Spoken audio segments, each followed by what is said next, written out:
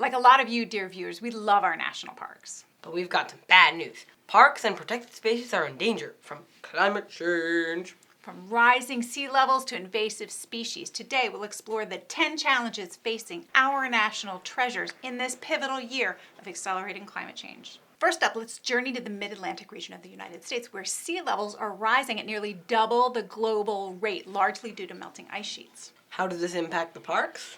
We're seeing a loss of tidal wetlands and low-lying coastal habitats like the Chesapeake Bay. Small increases in salt water here can have a huge impact on these very delicate ecosystems.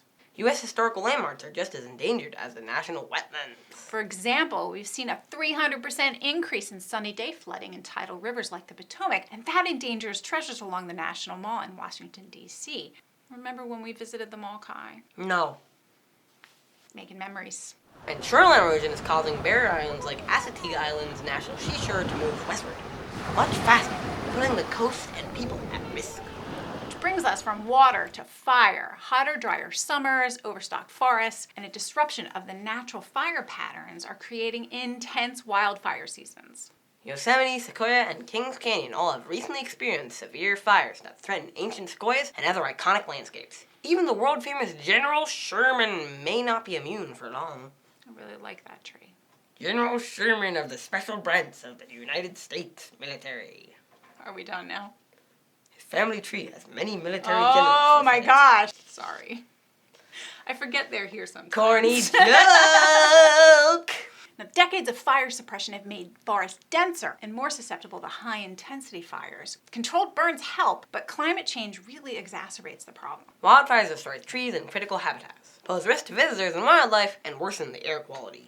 And fires are increasingly a risk throughout the West. Yellowstone, Glacier, and Rocky Mountain National Park are all among the most visited U.S. parks, and all of these are predicted to see significant increases in wildfire risk in the coming years. All this poses significant harm to wildlife. Warmer, drier conditions threaten animals through habitat loss and food scarcity. For example, in Yellowstone, grizzly bears depend on the white bark pine nut as a food source to help them prepare for hibernation. But warmer winters are allowing the pine bark beetle to decimate these trees much faster. It's not just bears. Many species face similar threats as their habitat changes. Creatures like the Shenandoah salamander and the adorable pika are very temperature sensitive, but they have limited options for survival as temperatures keep rising. They just have nowhere to go when things get hot and stay hot, like this room. It is hot when you're trying to record without air conditioning in an era of climate change. Oh, and the poor pika. The pikas would never survive this heat. With these lights, woo! Which brings us back to water, specifically the damaging water and winds associated with extreme weather. Higher waves and intense storms are battering coastal ecosystems like those at the Outer Banks of 3 national parks on vulnerable barrier islands.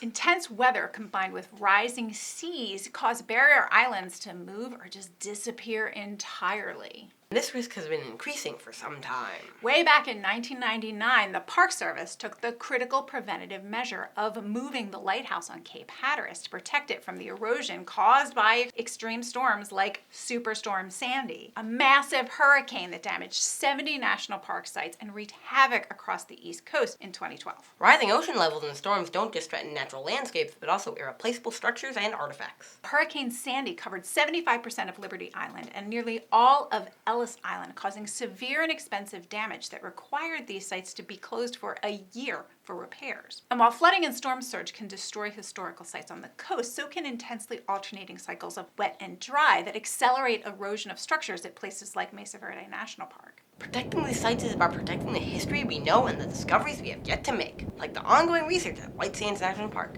that is changing our understanding of when humans arrived in North America.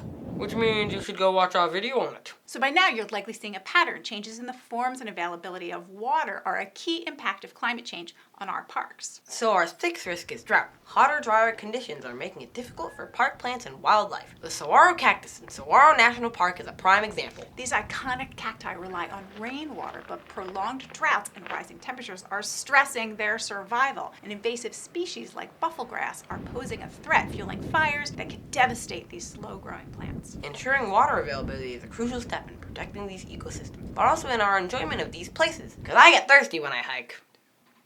Water is a critical and limited resource at our parks, but visitors may incorrectly assume that water is available whenever and wherever they need it. Increasingly, that's not the case. So for example, we hiked to the bottom of the Grand Canyon in the heat of July, when the pipes carrying water to the Phantom Ranch weren't working. Now this is a regular occurrence given the age of the infrastructure in this park, but thankfully, we came prepared. Over-prepared? You survived, right? Yeah. Yeah, it's a good thing. And this challenge may increasingly be dangerous for others who are less prepared. Speaking of hot and dry, 7th on our list is loss of snow and ice. Warming temperatures are melting glaciers at an alarming rate, reshaping parks and creating new hazards. Now, of the U.S. national parks, Mount Rainier and Glacier National Park are particularly affected. Melting glaciers, extreme weather, and other climate changes increase the risk of floods, mudslides, and avalanches. These not only threaten the natural landscapes, but also visitor safety, our ability to access these parks, people's livelihood, and even the economy directly.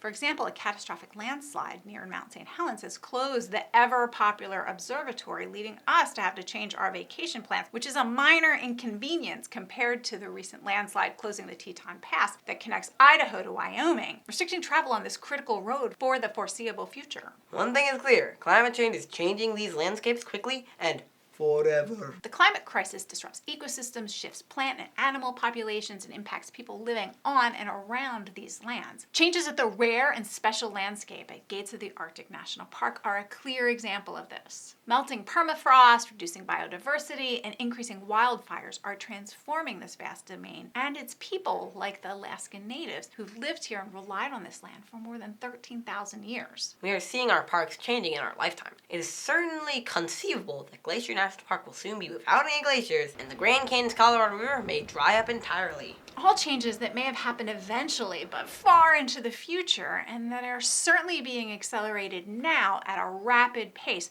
by human-induced climate change. Which brings us to our last two risks. Hotter and drier conditions have allowed non-native animals and plants to thrive, spreading diseases and crowding out vulnerable park species. For example, Haleakala National Park in Hawaii faces threats from introduced species like cats and goats and mosquitoes, all bringing new diseases and outcompeting native plants and animals. And this weakens the ecosystem and threatens the local and endangered species. But the most problematic invasive species? Us, specifically Mon. Specifically, our love of these spaces for recreation and visitation, and frankly, our downright need to spend time in nature to be healthy and happy.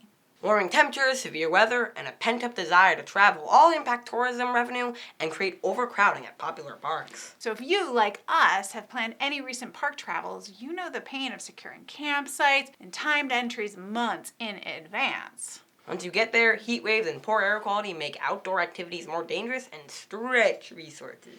And overuse and extreme weather damages infrastructure, while at the same time, modeling suggests that one impact of all this climate change will be a substantial increase in travelers visiting these national parks during the next few decades. In parks that are already stretched to their limits, bursting with visitors, aging infrastructure, and systems that just aren't prepared to manage these numbers. Our national parks are facing unprecedented challenges due to human-induced climate change, but there is hope. Remember, your actions make a difference. So tell us in the comments what you're going to do to try and protect our national parks. The science is absolutely clear, people. We need nature and we need healthy ecosystems in order to survive and thrive. Together, we absolutely can preserve these treasured spaces for generations to come.